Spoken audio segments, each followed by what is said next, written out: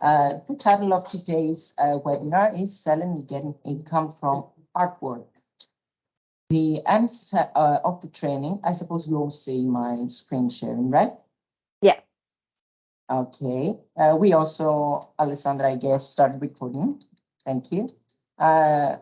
So the aims of the training is to present some orientation tools for the fair remuneration of the art workers with the following specific topics: gaining experience in using tools for the fair remuneration in the artistic and creative sector, acquiring a general framework on the international recommended models for the minimum remuneration, being aware of the elements to be considered when signing a contract, and basic literacy on non-fungible tokens and decentralized autonomous organizations which operate on the blockchain. Now, I'm going to proceed with some general rules about the meetings. So, due to the project's requirements and in accordance with the GDPR, we inform you that the current and all training should be recorded. Therefore, if you don't wish to be seen in the recording, you might as well turn off your cameras. That also applies to some screenshots that we will have to take later during the webinar for promotional purposes. Again, if you don't wish to appear in the screenshots, you can again turn off your camera. Moreover, an attendance list will now be shared with you in order to be signed by all of you, again, because of the project's requirements. So I just pasted on our chat the link to the attendance list. You can click it, be directed to the attendance list, and then you have to write your name and surname, the name of the same organization, the address, and then your signature. In order to put your signature, you can either drag and drop it if you already have it in picture format. Otherwise, you can just write your name. It works for us as well. And if by any reasons you don't have access right now to the attendance list, we will also send it to you via email after the webinar in order to be again assigned. And by the end of the training, an evaluation form will also be shared with you in order to be filled digitally, again, because of the project's requirements. So this is the attendance list in which you will be directly linked if you follow the link I shared with you. And this is the evaluation form we will share with you by the end of the webinar. So now I will present you some general rules of communication before proceeding with the agenda of today's webinar. In case of questions, please raise your hand first, and then Mrs. Saviotti will give you permission to unmute yourself and ask the question. So, therefore, your microphone should be muted during the whole session unless you are asking questions. The matter will be recorded. As you already know, it is being recorded right now. You already have an automatic message appearing to your screen. When we are to take the photos, the screenshots for the promotional purposes, we are going to ask you to open your cameras. And to the attendance list, please write your name and organization to appear correctly. So, I can already see that some people are signing the attendance list, so thank you. Now, today's agenda. Now, it's time for the registration, as I've mentioned. I'm providing you with some introduction to the training, and Mrs. Saviotti, after this, will also introduce herself and provide you with some information about today's webinar. Then we will follow the theoretical part of today's webinar, which will be a recorded version of the theoretical part that I'm going to share with you. Then a short Q&A session. Then a 10 minutes long, perhaps, short break. Then we'll come back all together in this room. So Mrs. Saviotti will give you an introductory exercise, and you will be asked to do an individual exercise. And then Mrs. Saviotti will give some instructions. Of course, a Q&A, short Q&A again will follow. And Mrs. Saviotti will give you also some instructions about what will follow, which will be a group exercise in breakout rooms. So we're going to separate all of you in some breakout rooms where we will be asked to do a group exercise. And then after the group exercise, a discussion will follow, and then, of course, the conclusive remarks and the filling of the evaluation form that I'm going to share with you. So that was from me. Thank you all for participating. And Mrs. Alessandra Saviotti, you have the floor in order to introduce yourself. I'm going to stop sharing now. All right. Thank you, Yorgos. So, hi everyone. My name is Alessandra Saviotti, as Yorgos already mentioned a couple of times. I'm a member of Artworkers Italia, and you will hear about the organization in a few minutes in the presentation. So I'm here today because together with the Intercultural Center Mondinsieme, we are part of PALkonnect project, and specifically we developed module number 5 of the curriculum, which is basically aimed at unpacking all that this. Oops, a kid is coming in. Hi. Sorry, hi. It's okay, no problem. So basically, yeah, I was saying that the model number 5, as Yorgos already showed in one of his previous slides, is devoted to unpack basically all you should know about selling and getting income from artwork. Obviously, there are certain aspects that also are always for improvement, let's say, but I'm very happy that we have the possibility, like to meet together today, because it's going to be also a test. So if you have some questions, hopefully at the end of the presentation, but also while you are listening and to the recording presentation, you can write your questions into the chat. So today we are going to have a sneak peek into the module through lesson 1, which is Artwork is Work, focus on the professional remuneration. And hopefully you'll get curious and explore the rest of the module once ready in the next couple of months. Obviously, this is the first module of a series of other, I think, 6 or 7 other modules that are going to be spread over the course of a couple of months. So stay tuned with the promotion of the curriculum. And just to mention very quickly the topics of the other 3 lessons of this particular module, so module number 5, that is not going to be delivered over the course of the month, but like as I was saying, all the curriculum will be available soon on the PALkonnect website. So the other lessons that we developed are legal protection tools, when to use them and why. And lesson number 3 is about best models and practices for fair remuneration. And lesson number 4 is a checklist for the art workers and the institutions. So I guess without further ado, I leave you to the recorded session. And as I was saying, if you have any questions while you are listening to the lesson, please write them into the chat, and I'll try to answer them at the end of the recording. And yeah, I'll see you live again in 28, 29 minutes. But I'll be here behind, like hiding behind. So thank you. Great, I guess, great. Yorgos, yeah, you can start the. Yes, great. Thank you, Alessandra. Now Thanks. I'm going to share again the recording.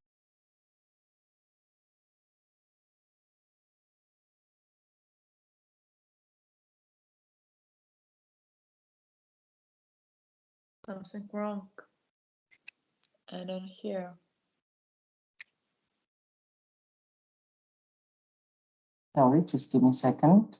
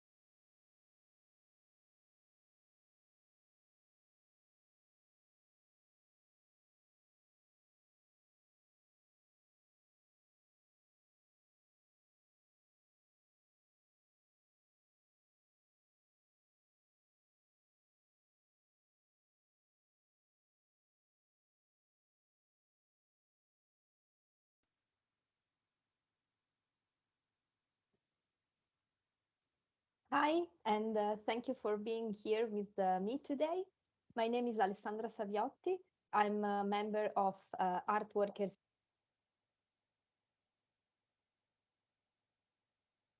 Did you see the video right now?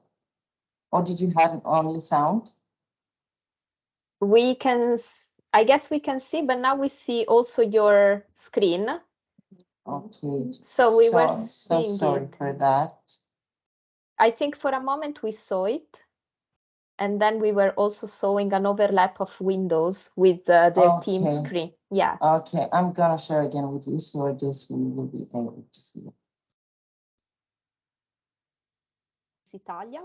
Okay. And today I will present Module 5 as part of the PALkonnect project, selling and getting income from artwork, which has been developed together with Centro Mondinsieme. So we're going to talk about mainly lesson 1.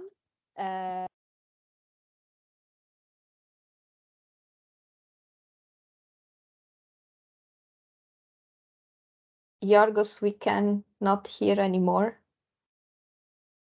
Oh, now it's good.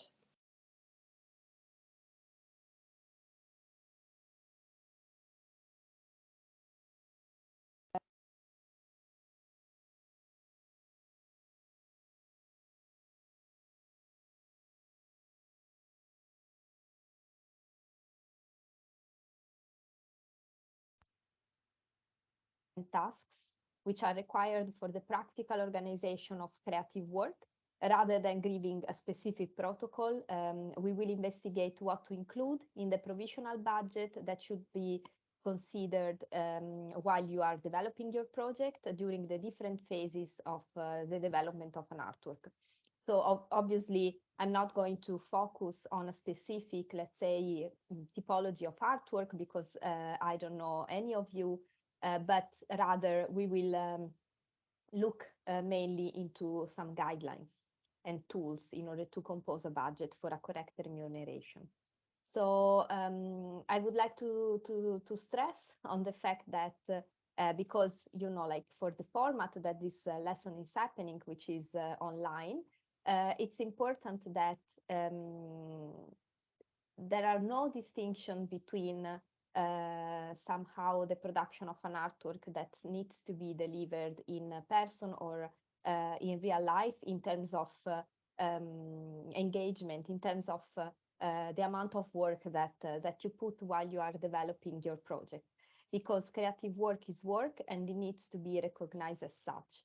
Therefore, it is very important to remember that for a fee, which is these specific keywords that we are going to use a lot during this lesson today, should be considered and should be always included when composing a budget, as it is on top of the other production expenses.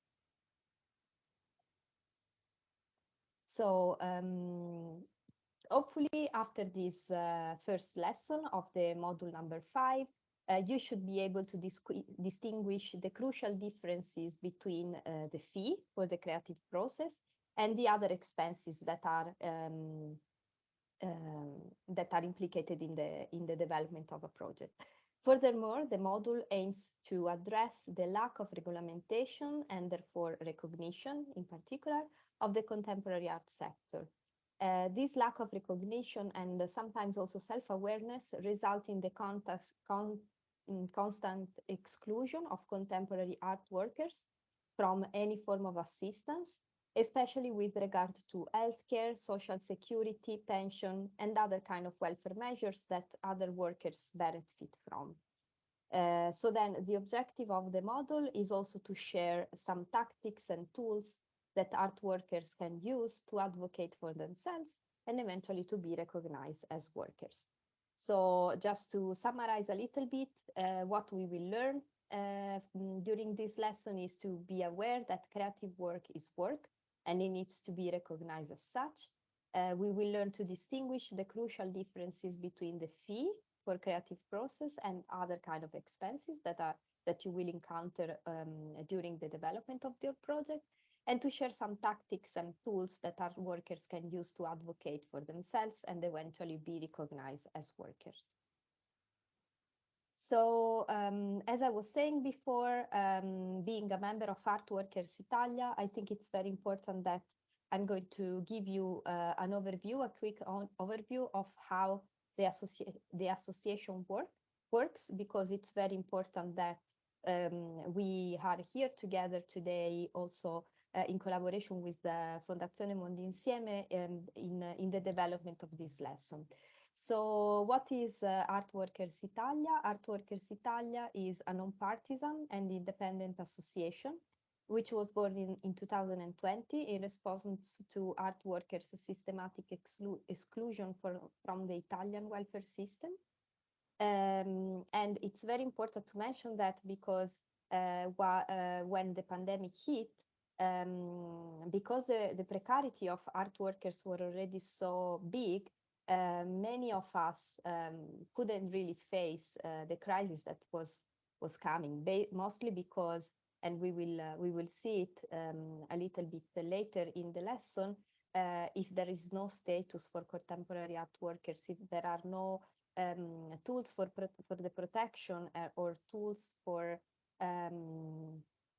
that like help art workers with unemployment, for example, which was the case in 2020, but also later because many projects were postponed indefinitely or never happened. You understand that because probably you went through that the already precarious situation was kind of desperate at that moment.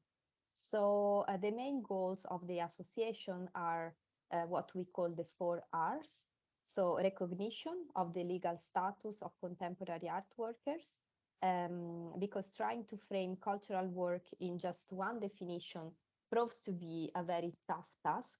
Rather, it must be acknowledged that by its nature, cultural work is processual, is diverse, it's in constant transformation in responding to the urgencies of the world. It is sometimes a collective effort, and it aims at being a multiform, so many kind of formats. So beyond production and presentation, artwork includes research, rehearsing, planning, dissemination, education, training, creation, and so on, which sometimes are invisible and often not immediately perceived as work. And I'm sure that many of you find themselves in this description. So every cultural worker performs a highly skilled activity that must be recognized and valued eventually. And artists, cultural and creative workers do not have a specific legal status in most European states. Nor is there an umbrella European status for the artist, which gives legal tools for the protection of art workers. So art workers need to fit into the existing legal framework sometimes, and this is definitely the case of Italy, which are frequently oriented toward long-term employment. So the status of the artist has already been articulated and proposed by the 1980 UNESCO recommendation. However, it has been open and inclusive for all those who work in the sector of culture. And I'm mentioning this data, and if you are interested in going deep into that, I suggest you to look for Voices of Culture Report 2020 on the status and working conditions for artists, cultural and creative professionals. This was a report that was written together with more than 40 organizations that are for organizations of cultural workers, artists, and other kind of cultural professionals throughout Europe. And it's very helpful because it was one of the first time that Art Workers Italia participated in this kind of meetings, which are held in a European level. And it was very interesting to compare also the different tools that were available in different countries. So just in case you are interested, you can look for Voices of Culture Report 2021. Then the second R is regulation of employment relationships. Cultural and creative sectors play an immense role in shaping democratic and cohesive society. Artistic and cultural and creative activities are essential for individual well-being and empowerment. It creates a pluralistic space for debate, enhances social innovation, and helps comprehend the complex reality we live in. And culture is also the basis of Europe's diversity and shared identity, and an essential component of the European economy. And this is not something that I'm making up right now, but it is also something that Europe stress a lot upon. Oops, I'm sorry. The vitality of culture depends on the well-being, freedom, and professional growth and development of the people professionally engaged in culture and in the arts. Economic, social, and any other role of culture and the arts cannot be fulfilled if a primary vital condition is not ensured, such as a free and fair environment for artistic value to flourish and for artists to pursue their ideas and aspirations.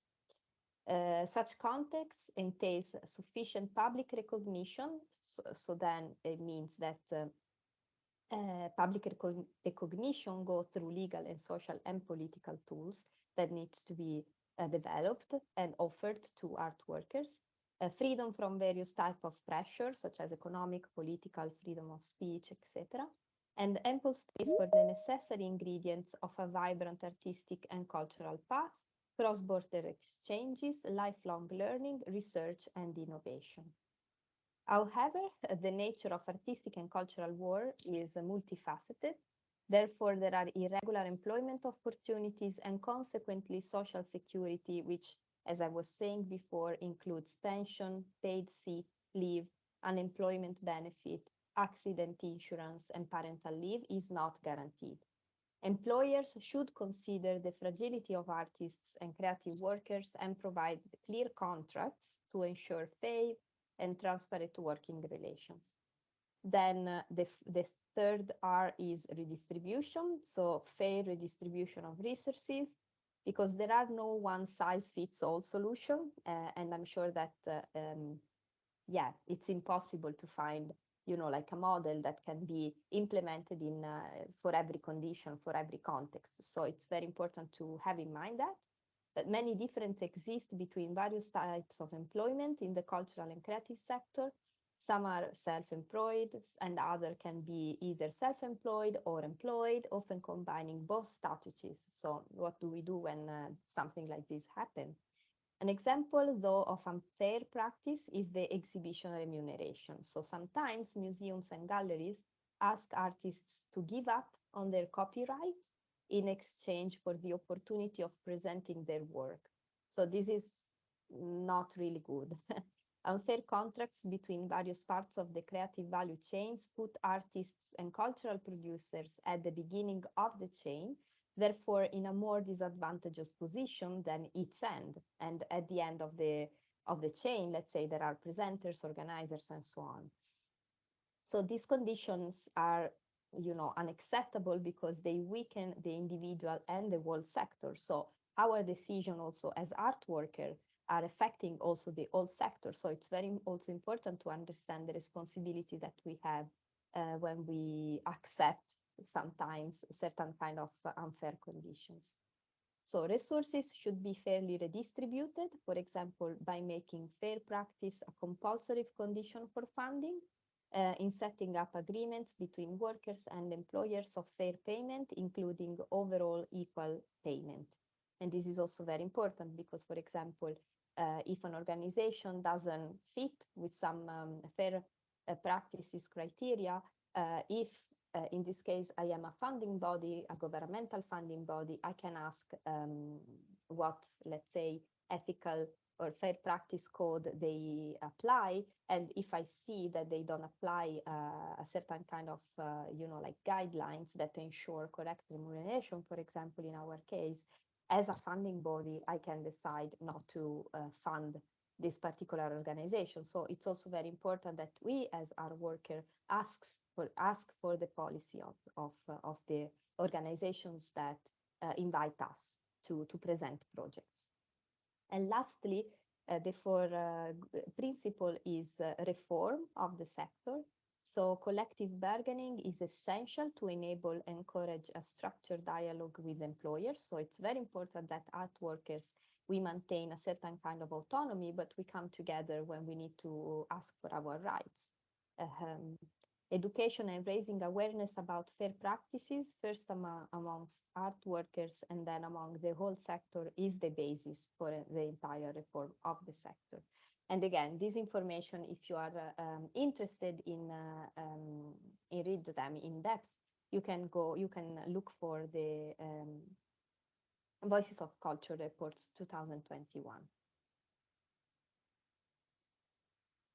So the lesson also includes, like our goals, plus like the 4 R's are more principles, but then what do we do as Art Workers Italia? The idea, so the foundation of that is that artwork is work, but how do we do that? How do we campaign for that? So Art Workers Italia does not have a physical space, so we are an association of art workers, but because our work involved, it's about like the whole sector and how it works across the country. We operate on a national territories through small regional clusters.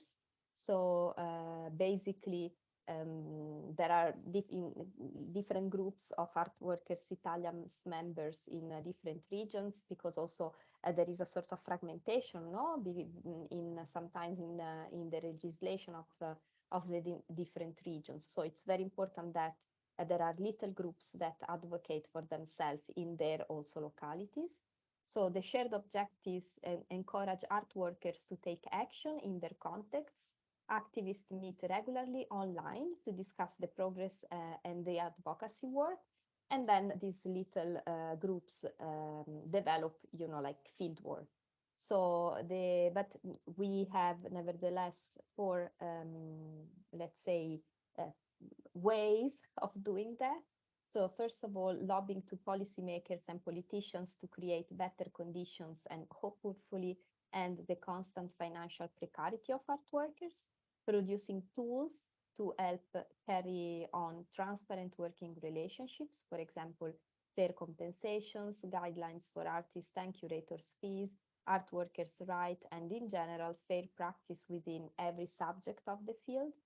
And then education and dispersion, such as seminars, webinars, and other kind of public education events, such as, for example, this lesson, this module.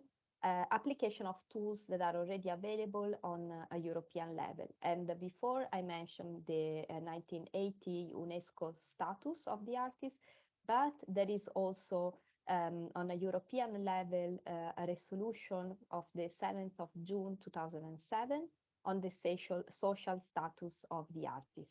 And this is also very important to know and to have in mind that this tool exists already. So then we need to ask our representative to apply them. And because this is the European Parliament resolution of 7th of June 2007 was written on a European level, it's very important to know this code, to know this resolution, because it defines also some protection guidelines that we can actually ask to be implemented in our different countries. So that's very important.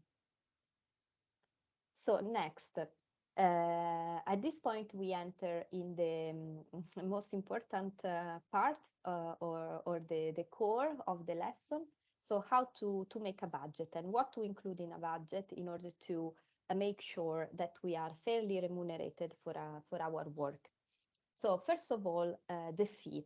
The fee is can also be called remuneration, can also be called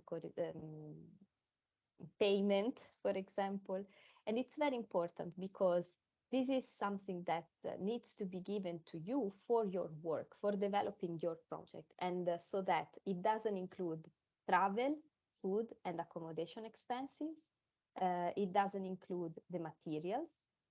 It doesn't include transportations, so means transportation from, for example, your studio or the place where you create your artworks or your school to the venue of the exhibition, for example. It doesn't comprehend that. It doesn't comprehend insurance. So for example, if your work is very fragile and you need to, I don't know, if it breaks something, then it's completely destroyed, or if you have to move it from your studio or where you developed your project to the venue of the exhibition, like something can go wrong. So it's very important that the organization or you actually ask for insurance. And then it also doesn't include the realization of the work and the installation. So for example, if your work needs to be reinstalled, for example, in the space, or you need a technician because, for example, you have a giant sculpture or a giant painting that need to be reassembled, or you need, like some sort of equipment to hang the painting very high on the wall, etc., etc. All these extra expenses are not the fee. So what's the fee then? The fee refers to the whole set of activities concerning the conceptions and development of the creative work. So what does it mean? Either like at this point you might have the question, but all these other parameters that were discussed earlier are not part of the fee. No, because the fee comprehends research.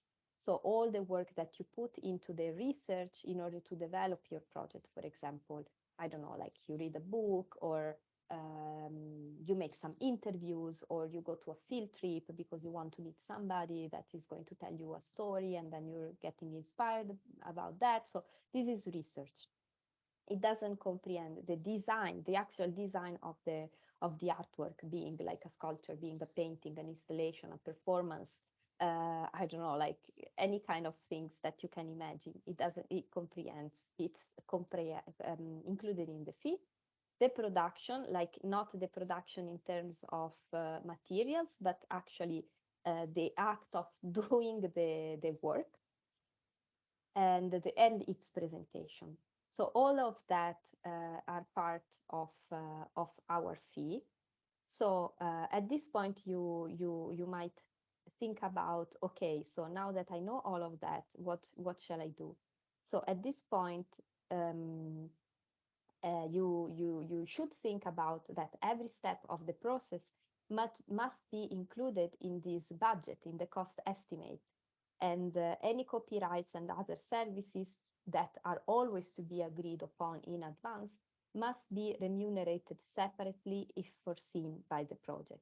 So then at this point, you can understand that it is very important to make a budget in advance.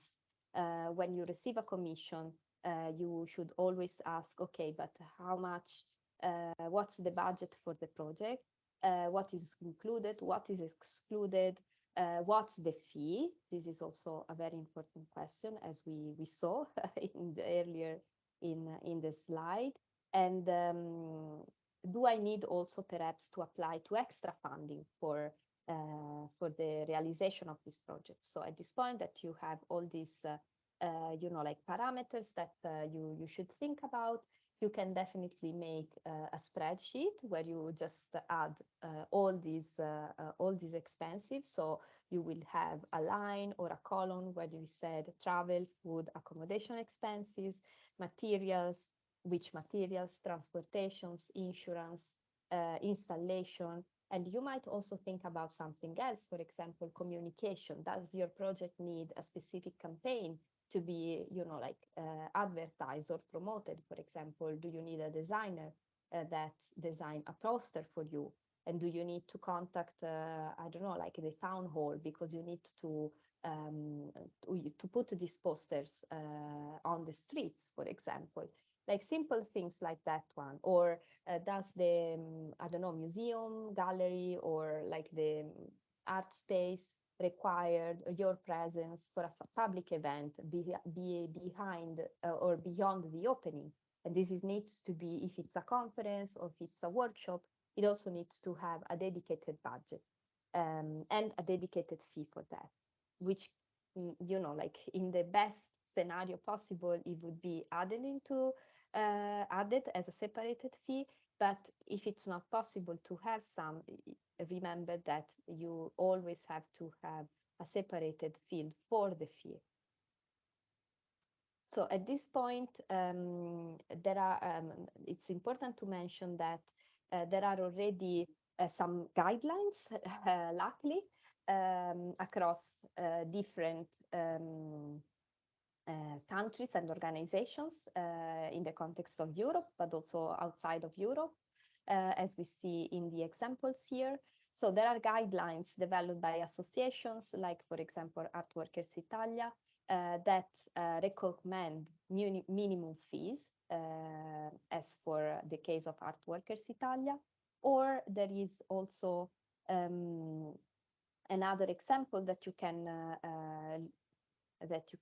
easily read online, which is the case of the Kunstenaar Honorarium, which is a tool developed by Platform BK in the Netherlands, where the guidelines for the artist fees were also jointly developed by various organizations and associations in the art in the Netherlands. And the guideline are very important because in this specific case, they follow different parameters. For example, if it's a solo show, if it's a group show, how many months, for example, your work is on display, the work is produced already, or it was commissioned for that exhibition, etc., etc. So you can also see how different organizations organized their guideline, which is also important because it gives you an idea of what happens in the sector in a specific country or in a specific context. And then we included also the Calculadora de Presupuesto en Arte, which is a series of guidelines developed by Trabajadores de Arte, which is an organization of art workers in Latin America. So which, like different countries of Latin America rely on this Calculadora. So it's very important that, you just have a look at that and you discover perhaps how other organizations develop the guidelines. So then you can think about your own guidelines, for example, or your own parameters, or what you need in order to understand how much do you have to ask as a fee for the remuneration of your work. So I'm just asking you to think about if you are aware of any organization in your country providing a fee calculator, and if not, try to, first of all, ask your friends, ask your peers about that, because it's always important to, word of mouth is the first thing that we can use.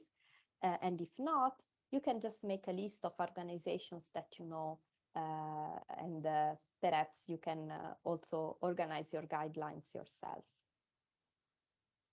So at this point, thinking about what we saw earlier in terms of what is the fee and what is not the fee, but it needs to be calculated while composing a budget, I'm going to ask you to take 5 minutes to write up 3 keywords and or tasks that you identify as work in your everyday practice. It can be, for example, if you need to take a walk in order to, do your project. This might be something that you identify as work. Or if you need to write, I don't know, like at least 10 emails, perhaps this is also what you identify as work. Or if you have to read certain numbers of pages or certain numbers of articles per day, because this is part of your research, that's also work, perhaps. If you need to sleep, I don't know, because you are doing a project about dreams, that could be work. I mean, there is no a right or wrong answer to that, but I would like you to think about that for 5 minutes and write up to 3 of these action that you do in your everyday practice that you identify as work. And we will come together shortly in order to create a word cloud. That's all for now. I hope you can, find some inspiration in order to create your budget. I don't know, that perhaps is not very inspiring, but it's a first step, it's a practical step towards the realization of the project, and hopefully I'll see you in lesson number 2.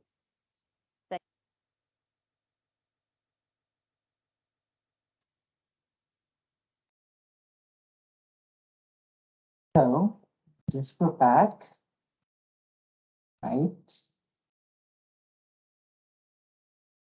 Okay, so I didn't change my clothes, it was recorded. So at this point, I would like to give you perhaps 5 minutes in order to think about these 3 keywords that you, or 3 actions that you identify as part of your everyday practice. First of all, let me explain why do we do this exercise. As I was saying before, during the presentation, artwork, cultural work, because like in the room here, there are many of you that are not necessarily do the same thing. So that we are trying to do this exercise also in order to to see how different, how multifaceted is the cultural work, and how like professional cultural work like contain many things into this definition. So I think it would be really interesting to see what each of you does or identify, like has an action, has something that you do in your everyday practice. And I think it's a nice transition to the second part of the training, which is about how do we shape and organize our time. So I'm asking you to think about that in 5 minutes, and if you already know, you can write them in the chat. So while you type, I just copy and paste the words into the word cloud. Otherwise, if you prefer to unmute yourself and tell us, this is also fine. So let's say, let's take 5 minutes, and then we'll compose the word cloud, and then we take a break. And while you are thinking about that, obviously, if you have questions about what you heard, just, you can either unmute yourself or type the questions into the chat, and I'll try to answer that.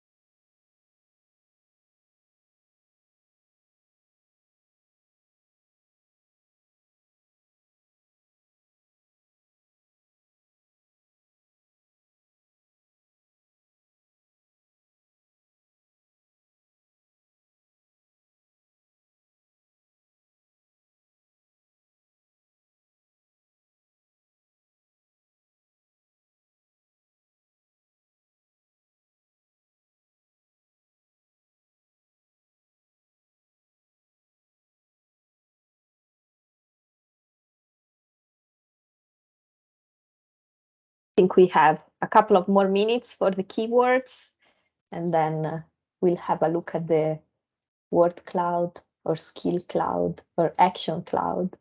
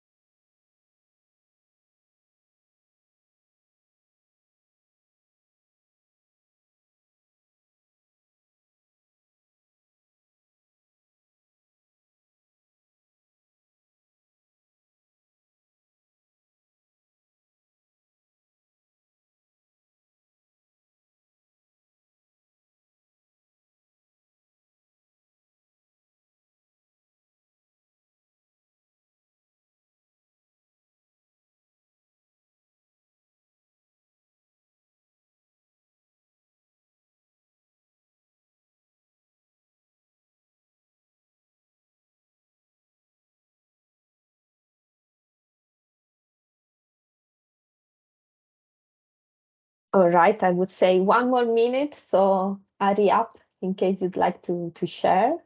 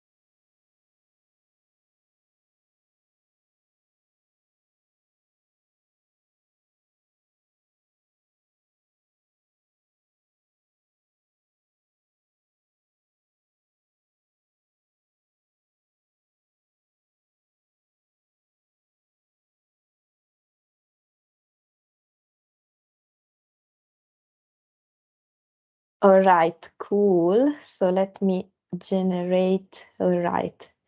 So I'll share the screen 1 second, Yorgos, so we can have a look at the word cloud. Oops. Yes.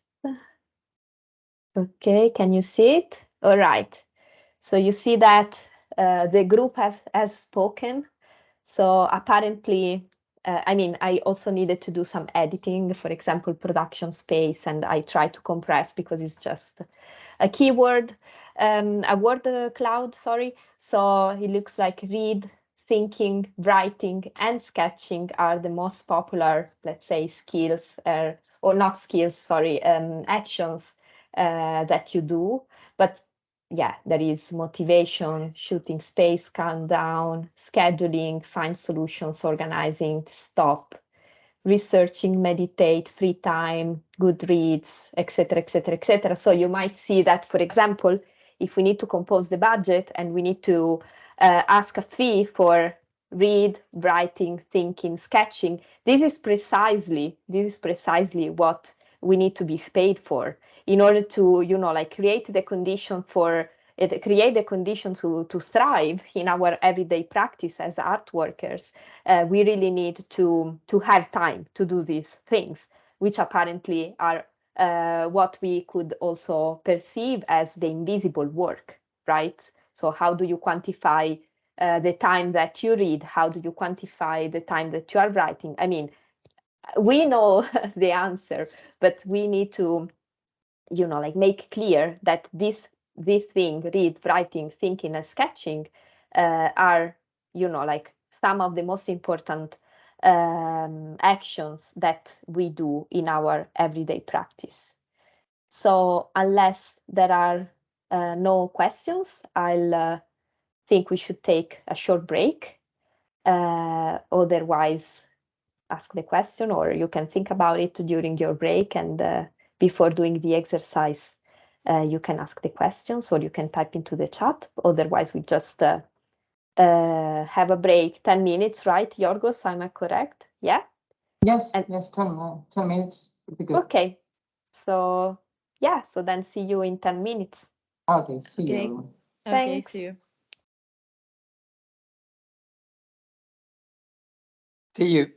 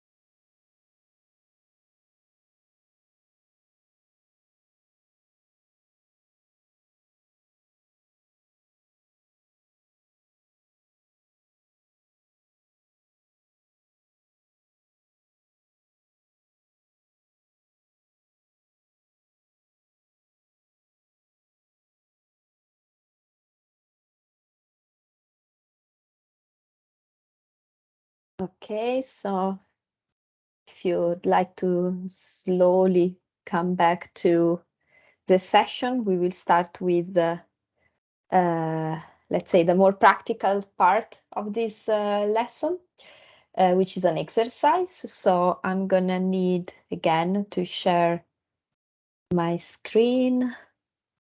One sec, because I minimized it. Okay, it's here. Okay, share. All right. Hopefully you can see the screen right now. I'm going just to, Yes. okay, cool. I'm going to introduce the exercise and then I'm also copy and paste the instruction into the chat. So while we, I'll give you 10 minutes time to do this exercise, but hopefully you'll get the instruction also after I repeat them or in case somebody still has to come back. So basically, as we saw before, with the short transition from the theory to the practice, in the cultural sector and artistic practice, it is often a little bit difficult to separate private life and working time, and often the two spaces, the two aspects overlaps. So that is why for many artists and creative professionals, cultural workers, it becomes a bit difficult to understand and calculate what is the amount of time we invest in the artistic work and how to define it. Or sometimes it's very clear to us, but it's not so clear for, let's say, our commissioners, for example. So I think like we prepare this exercise in order to guide the group, guide also ourselves in gaining awareness on our personal use of time and how it has been shaped until now, and eventually what can be done to improve this division in a better way, right? Because I mean, the aim of this exercise is not to say, okay, let's draw a line between private life, working life, or leisure time and working time, because we know very well if we are all here working as creative professionals, artists, and other kind of creative professionals, sometimes, you know, like it's very easy to forget that this distinction sometimes needs to be done. But we will try to experiment a little bit with this exercise today. So the idea is to to understand how do we shape and organize our time, what are the main activities that we do in our daily life. So for this exercise, we were inspired by some studies, researchers, drawings and notes developed by Working Artists and the Greater Economy, which is an organization, American organization, mostly known as WAGE. So this exercise is actually, as I was saying before, to understand a little bit better how we use our time, what can be improved, and how can private life and working time be separated and therefore fairly paid. Because obviously, if inside of us, let's say, we think that we don't need to define that, when we need to ask for compensation, for example, or to be fairly remunerated, like we need to find a clear answer to that. So why do we need to do this separation? So I'm going to read the instruction of this exercise. We're going to do this exercise first individually, and then we will break the group in different breakout rooms, and hopefully you will have a conversation and you compare the result of the exercise, and then we will come back together and discuss that. So for this exercise, you need a piece of paper, a circle shape, and you can use the bottom of a glass, for example, or a cup, or you can just draw a circle, even if it's not perfect, it doesn't matter. And you need some markers or pencils, or just a pen if you don't have the availability of markers and pencils. So if you are so proficient in using digital tools, you can also design the diagram on your laptop or computer. So then you take the paper, the sheet of paper, and draw with the use of a round shape 2 circles. So you have like one circle in one side, one circle on the other side, or like if they are close together, one side like close, it's better, let's say. So the first circle is dedicated to your actual condition, and the second one to your ideal condition, right? So you go to the first circle and you divide it as a pie chart, as you can see in the image. You need to consider 4 different sectors. One sector is for sleep, and you just draw, or like you fill it with a color.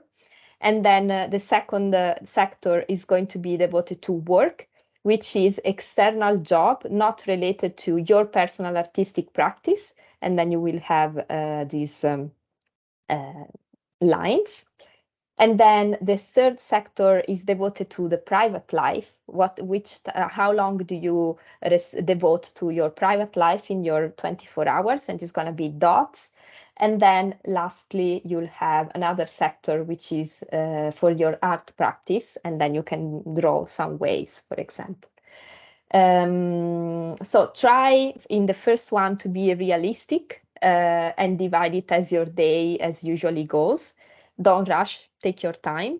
And when you're done, you go into the second circle, which is going to be your ideal time. So try to address the same sectors, so the same division, to the ideal time that you would like to dedicate to each activity. And again, take your time to do that. So we're going to, again, take perhaps 10 minutes to do so.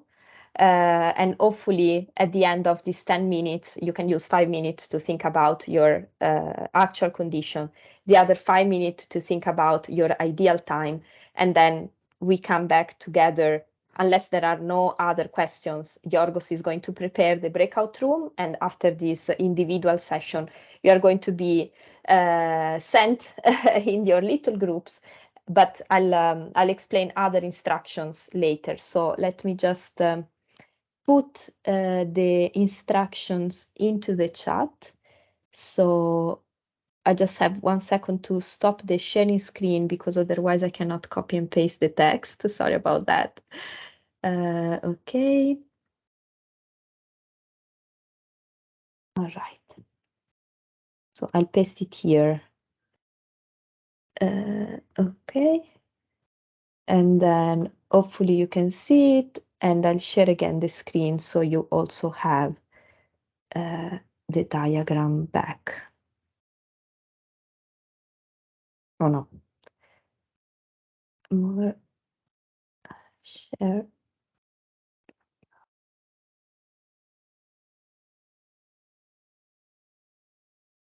Okay. So let's say 10 minutes, which mean at 35.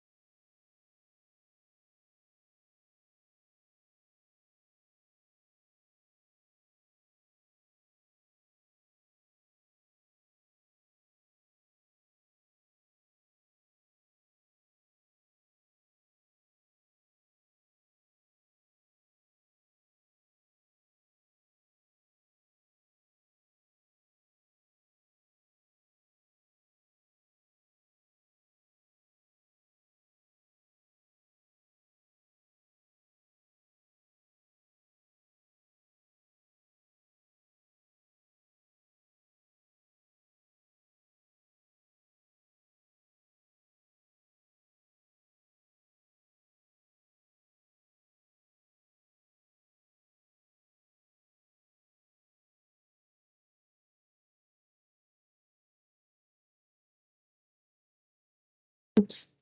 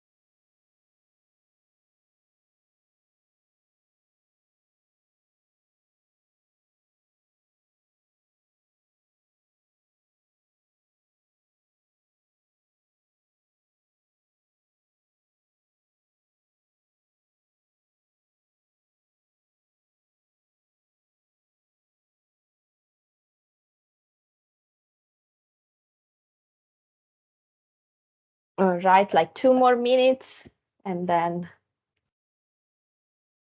I think we can, yeah.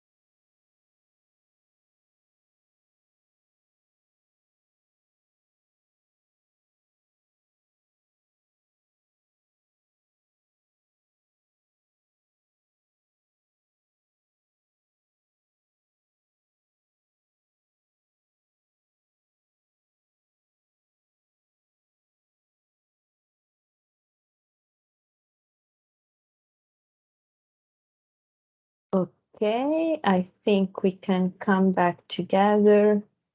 I'll stop sharing for a minute so I can see you all, otherwise I just see dots. Okay, so does anybody want to share or have any thought about the exercise? So for example, some questions that I would like you to address specifically in the breakout room is, would you like to sleep more than you do, for example? Or would you like to try not to work for someone else in case you work for someone else and just dedicate yourself to your artistic practice? Or would you like to have more time for your private life, for example? Or maybe you like your external job and you wish to find a better balance with your own practice. Or yeah, like any kind of these questions. Perhaps I can show you mine. First I have to, I don't know if you can see it because I have the blur screen. Maybe not. Wait a second. Technology, let's see. Okay, here it is. Apply. Okay, cool. So you can see mine. I just draw one because pretty much overlaps with the ideal condition. So I sleep a lot because I need to be fresh in the morning. Then I don't have any other, let's say, external jobs because my art practice is actually taking a lot of time. I have a little task that I need to do sometimes, a couple of times per week, which is another kind of work that I do. And this is my private life, so I make sure that I also take my time. Obviously, this can change like in a second, So this is actually my actual condition. And let's say that 10 years ago, it wasn't like this. But, like this diagram can obviously change. But yeah, just to show you, I see that there is someone with a raised hand. And unfortunately, I cannot read Greek, I guess. Mr. Ioannis Messinis. Okay, thank you, Yorgos. Alessandra, you're welcome. Thank you very much, Yorgos. I'm sorry. And also, I didn't want to mispronounce a name. So please go ahead with the question. Or Mr. Messinis, you can go ahead with your question.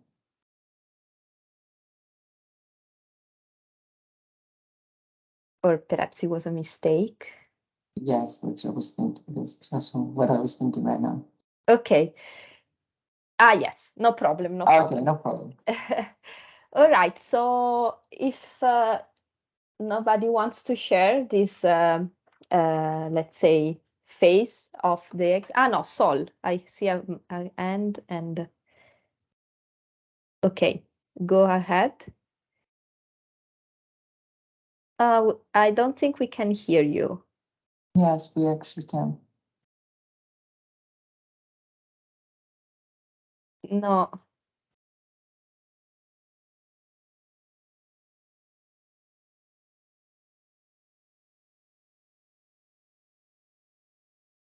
We cannot. But I perhaps see other ends, for example, Mattia, and while Sol, you try to resolve your audio problem, we'll come back to you in a second, or if you are able to type into the chat, perhaps. Do you want to go ahead, Mattia? So may I share my diagram? Yes, sure. Okay. So this is the current daily life I do. Okay. Well, I tend to sleep at least 8 hours. I try to. And then, fortunately, I have no other jobs than the artwork. So the art jobs. So I don't have a specific daily. Well, my schedule is not the same every day, so I tend to work from 6 hours until 12 hours per day. Mm-hmm. And then the rest of the day is just chilling and doing my things. Okay. Private things. So the blue and the red, which is the art job, and the private life are merged. Okay, cool. And they overlap, right? Yes, a they little. overlap. Ah, okay, nice, Yes, nice, yes, nice. yes. Cool. And you also have your ideal, or that's actually it? Well, yeah, it is kind of my ideal. Very good. Yes, yes. I would like to improve the quality of my art work. This is the Okay. point. Yes. Okay. Thank you for sharing. Thank you for having me. I see Flavia, perhaps. Yes. Can you hear me? Hello? Yes, we can hear you. So I'm going to say, Mm, so this is the sleeping, which is round 8. This here is work. mm-hmm. Work. This is the actual art, and this is my private. And for me, I feel like they kind of all overlap a little bit, minus the sleeping. But I work as a freelancer, so when I'm promoting, trying to promote my artwork, it's like the same type of work as freelancing because it's all in the computer and designing this, designing that. So to me, it overlaps a little bit. And I think personal life also overlaps with art because it is living to living is very hard to see a difference. So the stuff that I took for art alone is mostly to me the execution of it. Yeah. The everything else, the reading, the writing, the research, kind of overlap as well. Yeah. So Yeah.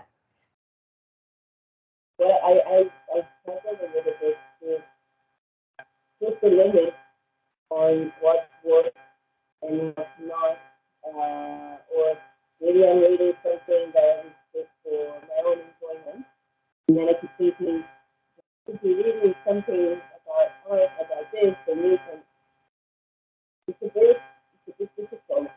Yeah. Because, Thank you. Thank you very much for sharing. I see Katerina, maybe? Yes? Cool. Yes, hello. Hi. I have 2 circles, Yes. and this is my sleeping. It's not so a lot of. It's like 6-7 hours. Here's my private life now. Work so little because of I'm freelancing now, and here's my art practice. Where is this time? I don't know because of I don't know what I'm doing because I now in not my country. I'm from Ukraine, and I'm leave my country, and I'm here in Prague, and I have 2 children and a lot of things to another country. So I think it's for that. And my ideal circle, it's sleeping 8 hours more than I have. I want to work more and have all my practice more a little bit, and private life. I think I need to make smaller a little bit, or to make it more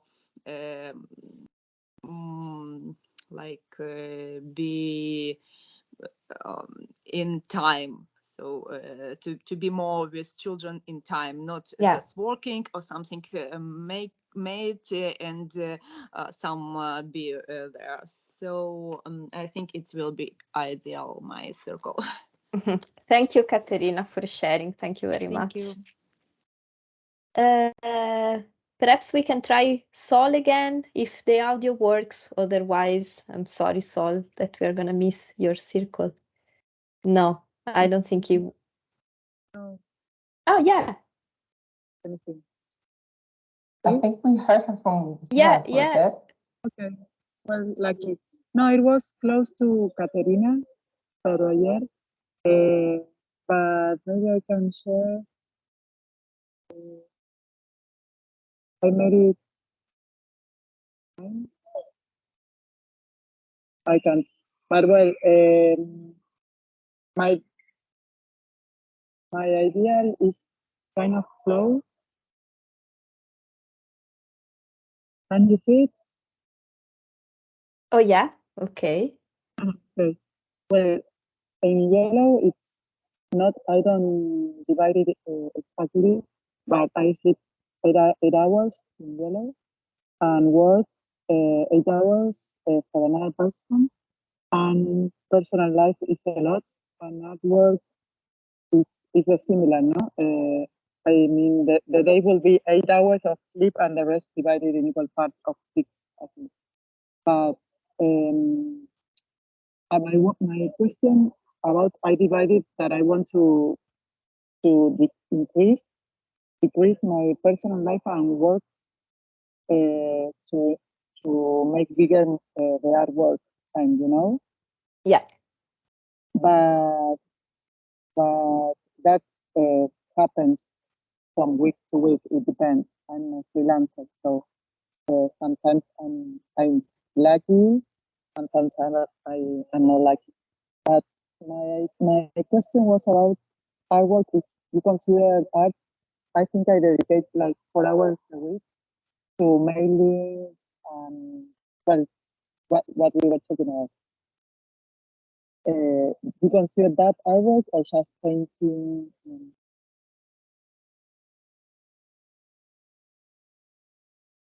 I think we might have lost you.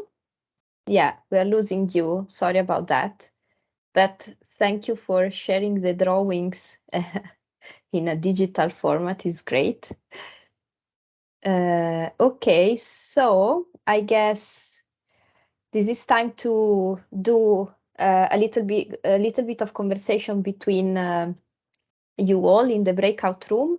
I'm gonna just put into the chat a couple of questions that I would like you to address while you are talking for like again another 10 minutes. Okay. Okay. So before starting the discussion, I would like to ask each group to name a timekeeper, so a person that is going to make sure that the conversation develops in this kind of 10 minutes, which it's not a long time, but just to be sure that there is someone that is, paying attention to time. And then a spokesperson who is going to report to the group later in the plenary session about the conversation that you had. I mean, it can be like a couple of points or like some milestones that you agree upon or some shared thoughts, etc., etc. So again, there's no right answer. It's just a way to, to know a little bit about how we organize our practice. And then perhaps a note keeper, just in case the spokesperson cannot take all the notes.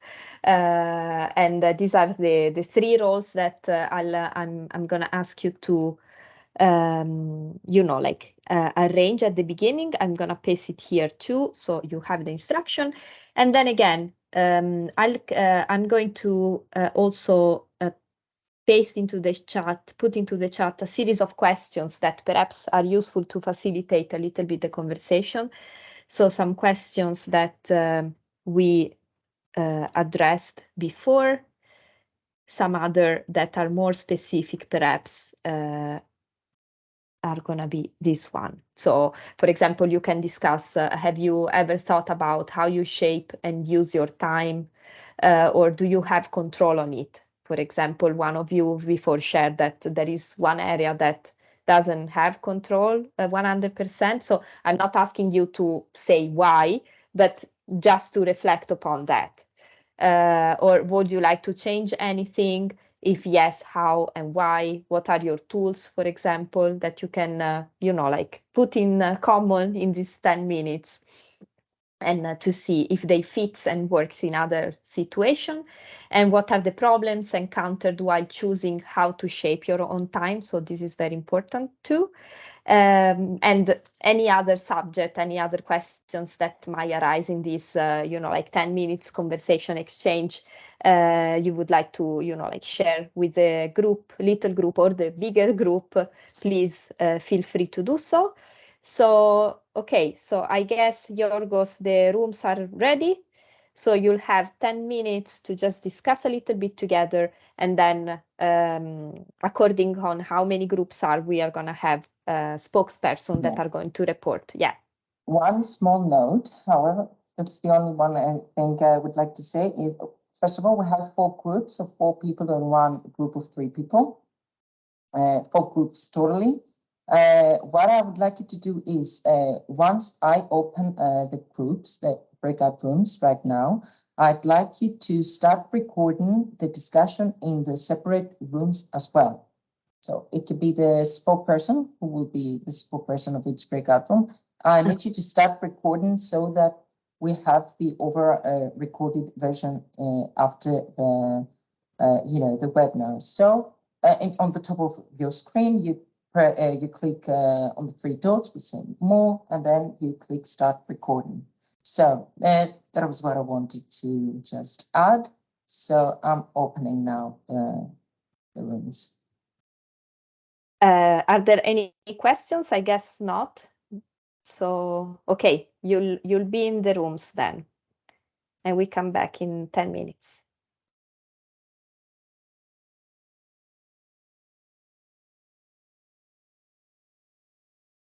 Great. So I think, okay.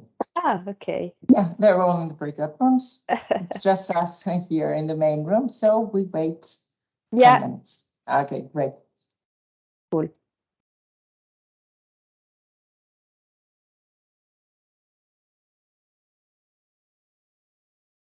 I think we should be fine with time, because now we just have 10 minutes, then we'll come back.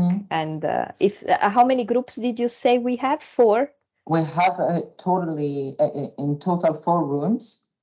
And oh, wait a second, because I hear Flavia. I think I can put, oh, Flavia, do you want me to put you in a room? Hi. Hi. Did you just press to return in the main room? No. Okay, no. Don't worry. I will just get you. And Sol, I think, again.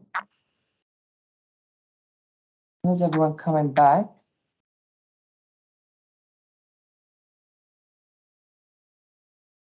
Mattia? Hello, I'd just like to screenshot the answers in the chat room. Oh, okay, yes, you can do that, of course. And then, so Flavia, I guess you have a button on the top of your screen that says go to the breakout room. Top right, perhaps, of your screen. I have room 2. Yes. You can press to go.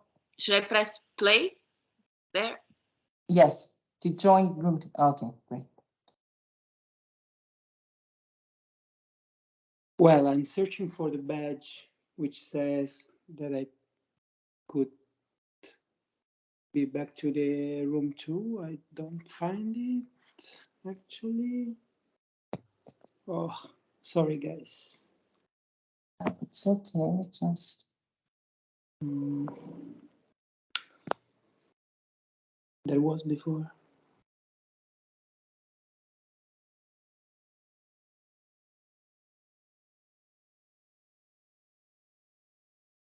Yorgos, may you help me to... Oh, no. Yes, I just see that everyone is leaving now. I have to just put you in the rooms again for some reason. For example, I put Sol in room 2, but... Okay. Why is everyone...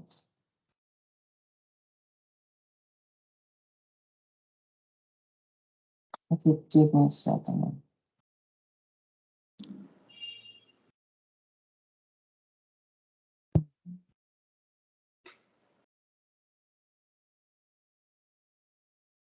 Mattia, don't you have a button on top of your screen that says join the other room? Well, it disappeared. Or disappeared? Yeah. Unfortunately, I can't. I'm searching for it, but I can't find all the other either. maybe I've done something wrong. For some reason, no, I don't think it was you, but for some reason, I don't see the other participants as well. At first, when I came back here, I had that button, but suddenly it disappeared. Give me a second, Mattia, give me a second. Okay.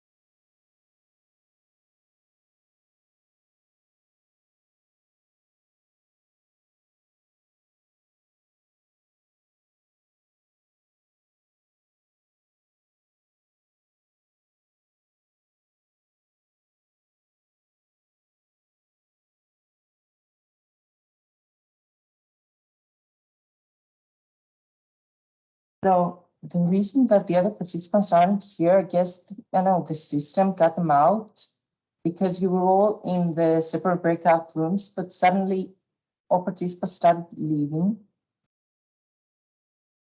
But for some reason, I see that there is a chat going on in one of the rooms. So I guess What if I leave and turn back?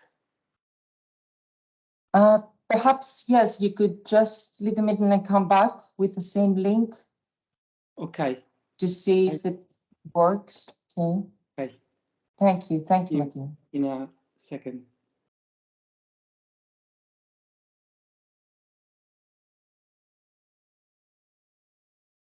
So, Alessandra, I don't know what happened. I mean, they were all in the breakout rooms and they just got up.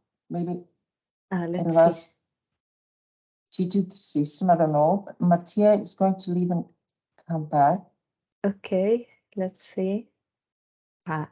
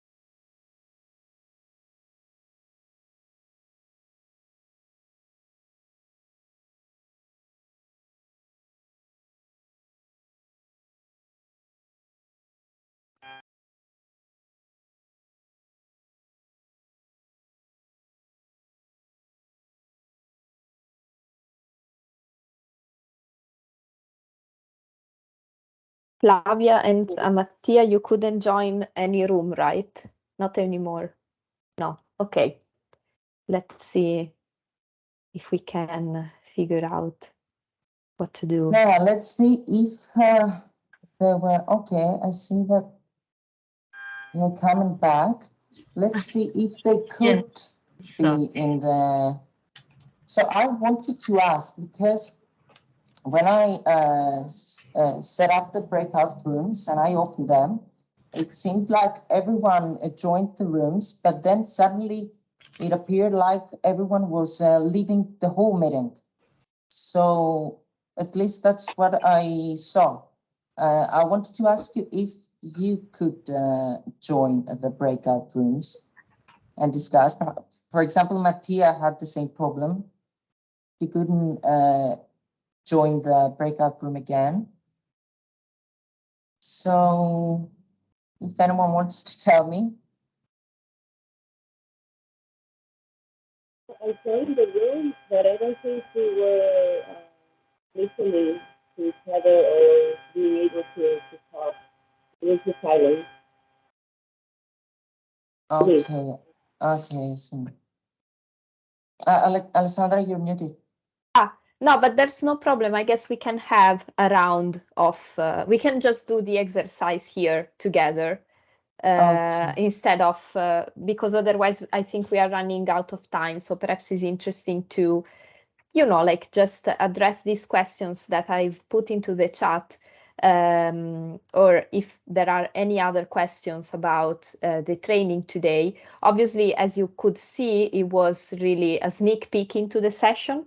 And if you saw before earlier, I've put already some links into the chat. Perhaps we can also have a quick look at that. While I was talking in the recorded presentation, I was mentioning different tools that perhaps is interesting or, like are very useful for you to have a look. At least for me, were really useful. So there is the report of Voices of Culture that was written in 2021. Which is very, very interesting because as in the room, there are people coming from very different places and that very different contexts and countries. This report was written by representative of 46 organizations around Europe. So then it's quite interesting to have a look about what we all did together. And it was, the report is a series of recommendations that we wrote for the representative that works in the European Commission, and they are dealing with cultural policy. So it was quite nice also to have a conversation with the people that decide about our future, for example, which is it doesn't happen very often. So now there is this report, and if you are interested, you can have a look at that. Then there is this historical document that was written in 40 years ago, in 1980. Which are the recommendations concerning the status of the artist, written by the UNESCO, and then eventually the European Parliament resolution of 2007, which again, like it's very interesting, and I'm sending you this link, and I encourage you to read because there were already an attempt to define what artists and creative workers do. So it would be nice for you to have a look so you can see if you actually identify on that and what has been changed, because you have like the first document, which is from the 1980, and then you have the European Resolution 2007. So, like it's also interesting to see the attempts that have been made in order to define or to find a way to define like the status of the artist across Europe. But then eventually, because we are a quite, diverse group here today, like it's interesting it would be nice to see if each of us identify on what they wrote. And then I also put other guidelines, which are guidelines that basically highlights already some fees in different countries. So there is Kunstenaar Honorarium in the Netherlands, There is a fee calculator in Belgium, another fee calculator in Switzerland. I put also the one that they use in the UK, and the one that they use in the United States, the Trabajadores de Artes in Latin America. And then we have also the website of Artworkers Italia. Obviously, if you have other examples or other, like parameters or criteria that you follow, like you don't have to stick into one of these fee calculator that I shared, but perhaps it's interesting also to see, because in case you are invited to do a project in another place, it's very important to know what are the fees and what you can ask, right? So to go back to the exercise, because we have a little problem with the breakout room. I think Yorgos is taking care of the technical issues. Yes. Okay, so in the meantime, there is anybody that wants perhaps to share or has thought about this diagram that we made. For example, if we would like to address the question, do we have control on our time, like considering the diagram, for example? Is there anybody that wants to share? Or perhaps, yeah, also any other thoughts? We have like 20 minutes, so if we can have like a short discussion, it would be nice. Also to have a little feedback on the training today would also be nice for me. Don't be shy. Let's see. Okay, Mattia, did you raise your hand? Yes. Yes. Well, about having control on our time, what can I say? Again, I'm so lucky because I can work with art, and I just work with art, which is a big goal for me after many years. But as I said before, I would like to improve the quality of my time in spending my time in doing my job. So mostly I do commercial jobs, and I don't spend much time on my own research and my own job. So I feel lucky, but there's that thing that is a big, huge problem in my life, because when I have to do something for a commission for others, for example, in the film industry or communication or advertising, I work with visual arts. So when I have some commission to do for others, I don't have problems to do that in time. But I find a big problem in controlling my time when I have to decide to do my own work. So yeah, that's the point for me. Yeah, I think it was also clear when you show us your diagram, right, that there was this overlap between the things. So perhaps that's a thing that you should work for, the ideal condition for the future. Thank you for sharing. Does anybody else want to say something or share their thoughts about that?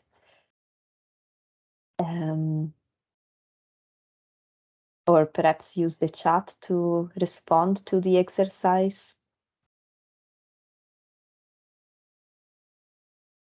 Yes, Wislin. I don't know if I'm mispronouncing your name for sure, so perhaps help me. Yeah, Wislin.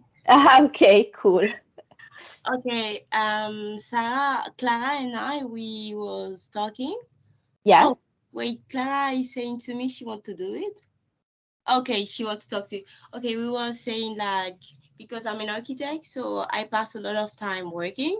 Mhm. And I was saying to her, I sleep like really 5 or 4 hours. Same to her. She's doing the same, sleeping 5 hours and doing a lot of work. And we were saying like, after we were so tired that we don't really have time to do things that we really like art and stuff like this is really complicated. So trying to find a way, because when you're young, like 38, 30, 28, 30, so it's complicated because you're not living with a family, you want to be on your own, all of stuff, it's complicated. And you know, I don't know, for me at least, I don't really know exactly what to do or the way to do it in a good way to find like less work as architecture, because I'm like, I love architecture. I don't want to hate architecture because of the pressure of it. But I want to find time to do my stuff, art or photography that I love a lot, but I can't find the right time to do it. And after we said, okay, you have to leave, you have to pay rent and all that stuff, it's like the reality. So for us, at least for me, it's really complicated. So we were sharing this, talking, and we were seeing the ideal stuff will be having more time, but how to do it, we have no idea. But things like this. Yeah, exactly. Well, I don't have an answer to that, but for sure, like sharing, I think the most important part and what I really liked also about these trainings, for example, is that you get to meet a lot of people that perhaps share your, like concerns, for example, or have some strategies that they developed in order to, like kind of try to manage this situation. And I think it's really very important that there are these kind of moments of sharing also tools actually of what we do in order to like find a sort of balance because it's not it's like not really easy. Some of us are more lucky than others, but still what like the place where we are perhaps is the result of a lot of like also sharing with peers. For sure in my experiences like that. So is there anybody else that wants to share something? Okay, so there is something before Flavia, I'll give you the word. There is some nice comment into the chat. Can you imagine when we can all work for what we studied and for what we love in culture and art? Which was a question that Wislin asked in the group, apparently. Thank you for, yes, exactly. Let's think about that. Flavia, if you want to go ahead. Yeah. I think the dividing time and how we work, I think works best with art, which is my goal. That I think I don't know, I don't remember who said it. What with the circle, there's a part of the time that you don't know where it goes. And when I saw it, I really identify it because I also don't know sometimes where my time goes. And I was thinking how maybe trying to do everything every day is crazy. You can't. So what I've been trying lately is like having one day, for instance, to just try to schedule and organize posts and look for requests or prizes or just one day for those things that use more like bureaucracy and have a day just to reflect or do nothing or just chat or whatever it is that is more artistic and not so bureaucratic. Because to me, like trying to do all of it every single day, it feels insane, it feels overwhelming, and it's very, very frustrating. Yeah. So I don't know if you guys share the same Yeah, no, thank you. It definitely is. It's true. And also because as we were discussing earlier, like most of us have a practice, but like it's not a 9 to 5 job, right? So, like if you remember what we were seeing before, like what came up in the word cloud, we had thinking, we had, I don't remember now, but it was like something that okay, I have it here. It was read, thinking, writing, and sketching. Perhaps the most quantifiable thing is perhaps sketching, because eventually you have a result that you can show to someone. But if you think about like thinking, how do you, like, can you quantify that? Or like, is, I don't know, like staring out of my window thinking? Yes, it is. But, like, we have to find a way to also perhaps not doing it all day long, as Flavia was saying right now, because, like, there is a certain kind of also, yeah, like character of the cultural work, which is, like the aspect of the invisibility somehow, which is very, very important, because it's like what nurture the creative process sometimes. I mean, I don't want to speak for everybody, for sure, but there is this kind of character of the immateriality and invisibility that somehow then, if we want to apply it into the, let's say, working life, we need somehow to try to find a way to, yeah, not to quantify it, but at least explaining it, why it is important. So that's why we were doing these two diagrams, right? Like actual condition and the ideal condition. Anybody else?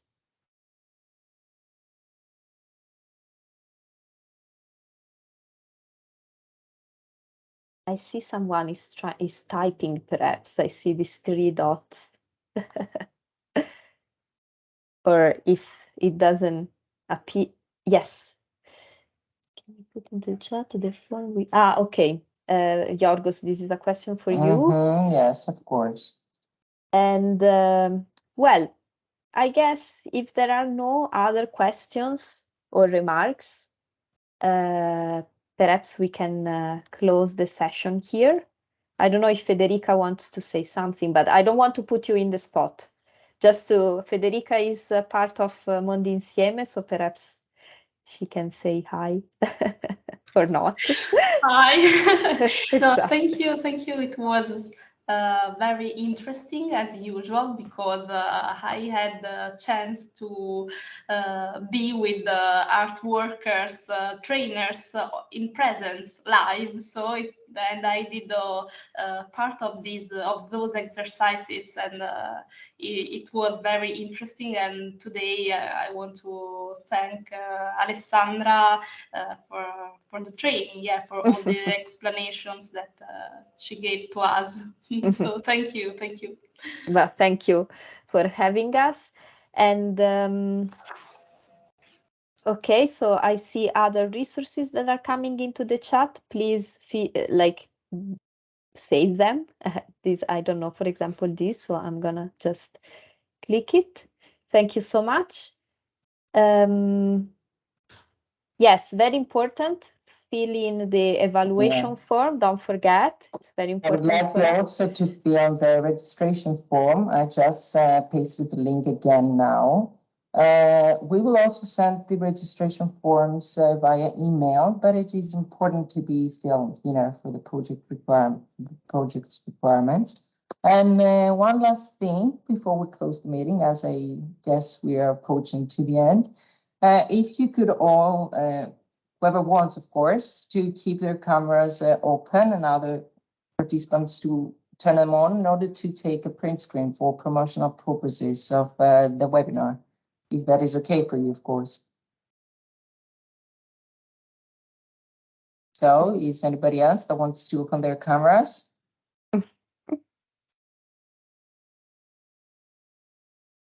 Okay, I see some. Okay, so 8. one more, if it is okay for you.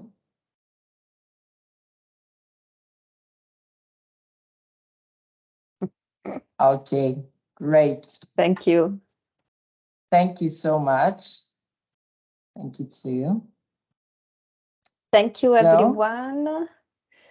And yeah, I guess Yorgos, you are going to tell some more things, and I'll, thank you for joining the training today. It was the first one, so also thank you for bearing with us with this kind of, small technical issue. Hopefully, it was useful for everybody. Otherwise, keep going with what you're doing. It's great, and thank you again. Federica and Yorgos for this. It was really nice. Okay, I would like to thank you also for today's webinar. It was very interesting. I would like to thank all of you for participating, for registering and participating in today's webinar. And yes, just, you fill the registration form and the evaluation form if you can give it 2 minutes of your time to fill it too. I've also pasted above the link for the evaluation form. It will be really useful and helpful for us. And I guess that was it. I can give 2 more minutes before I completely close the meeting for anyone else who wants to follow the link to the forms. And then I will close the meeting in some minutes.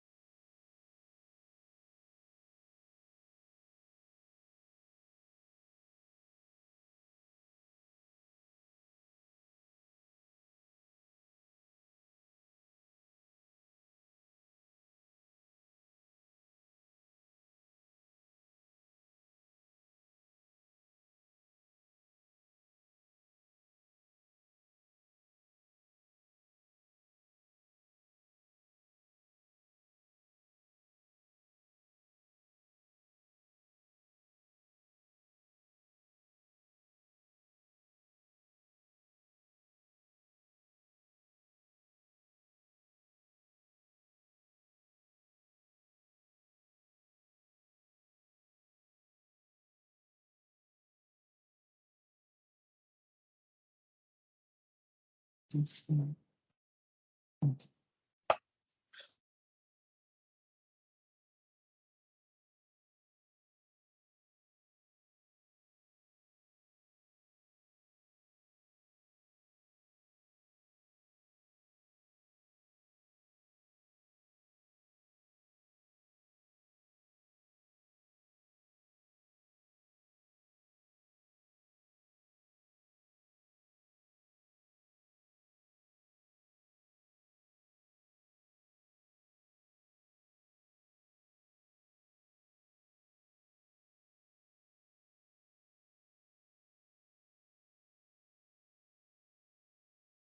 Federica, you're talking about the evaluation form?